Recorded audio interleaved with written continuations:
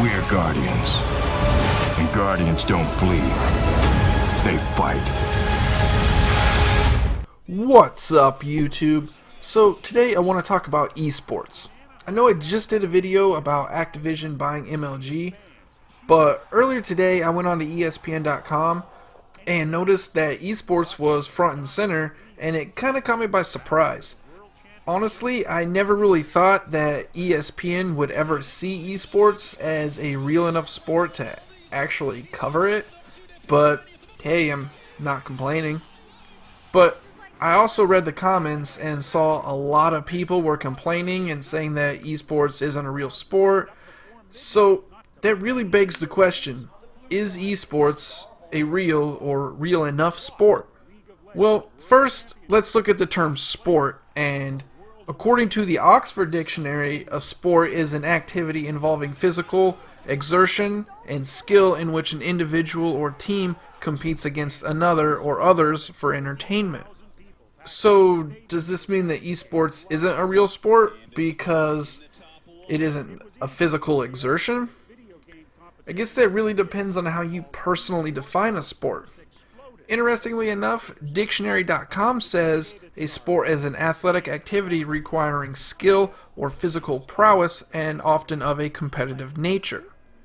That would suggest that esports is a real sport, but again, two different dictionaries say two different things. That's been the biggest problem in esports, is its perception. Those that say it's not a sport because it lacks physical aspect, I would argue that racing, bowling, poker, and golf shouldn't be a sport as well, since none of them require much, if any, real physical ability or exertion. But regardless, they are still sports. So why is that? It's mostly because they are competitive and entertaining to watch. That's what ultimately makes a sport. So get this, in October of 2015, tickets to the League of Legends World Championship final in Berlin's Mercedes-Benz Arena sold out in 3 minutes. 3 minutes. In 2013, in the US, the League of Legends World Championship sold out the Staples Center in Los Angeles in less than an hour. And the Dota 2 International sold out Key Arena in Seattle the last 2 years. And then get this, according to Riot Games, the final between SKT and KU Tigers had a peak viewership of 14 million people. That is a lot of people. And then when you look at it, in 2013, this is a couple years old, but it's still pretty valid. I mean, look at these stats here. League of Legends Season 3 World Championship raked in 32 million viewers. Okay, that's higher than the BCS National Championship, the NBA Finals, the MLB World Series. I mean, that's a lot of people watching essentially what some people say isn't a sport. Which, by the way, this aka non-sport still offers some of the top players equal compensation to some actual pro athletes. I think some of the top prizes equal some of the, I guess it'd be lower end, like golfer. I think the 330th ranked golfer makes about as much as one of the top esports players. So, I mean, the compensation is definitely there. So, with all that, does that change your perspective on esports at all?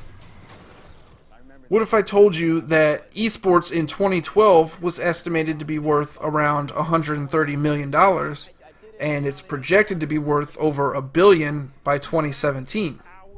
Is it a real sport now?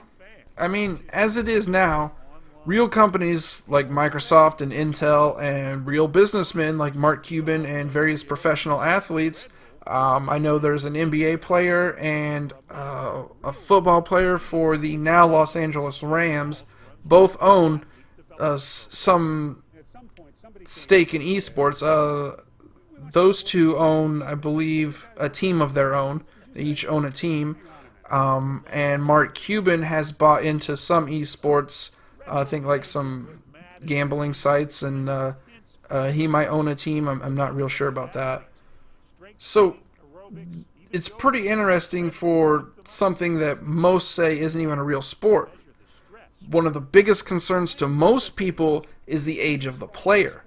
the average age is around 16 to 18 years old, and most seem to retire around 21 to 24, which to most people it seems ridiculous that you can even be a pro at something at such a young age and end up retiring essentially before college. But if you understand esports, you understand that the competitive nature and your, I guess, quote unquote abilities in, a sport like that aren't exactly designed for longevity. I guess I'm not really sure how to say that properly, but it has to do with your reaction times, your awareness, and things like that. And as you age, those tend to go down. And when you're competing at that kind of I guess an elite level, they need to be their sharpest. And once you get into your mid 20s, they don't exactly aren't exactly the sharpest anymore. I know that from experience. I personally feel that it could be separated into various leagues, like golf, for example, has the seniors league. So esports could essentially mimic that and allow some of the older players, a chance to still compete on essentially a fair level. But that's still a long ways away, and esports is really new. It's really just kind of coming up really fast. So that still leaves the question: what do you think about esports? Is it real? Let me know in the comments, and as always, until next time.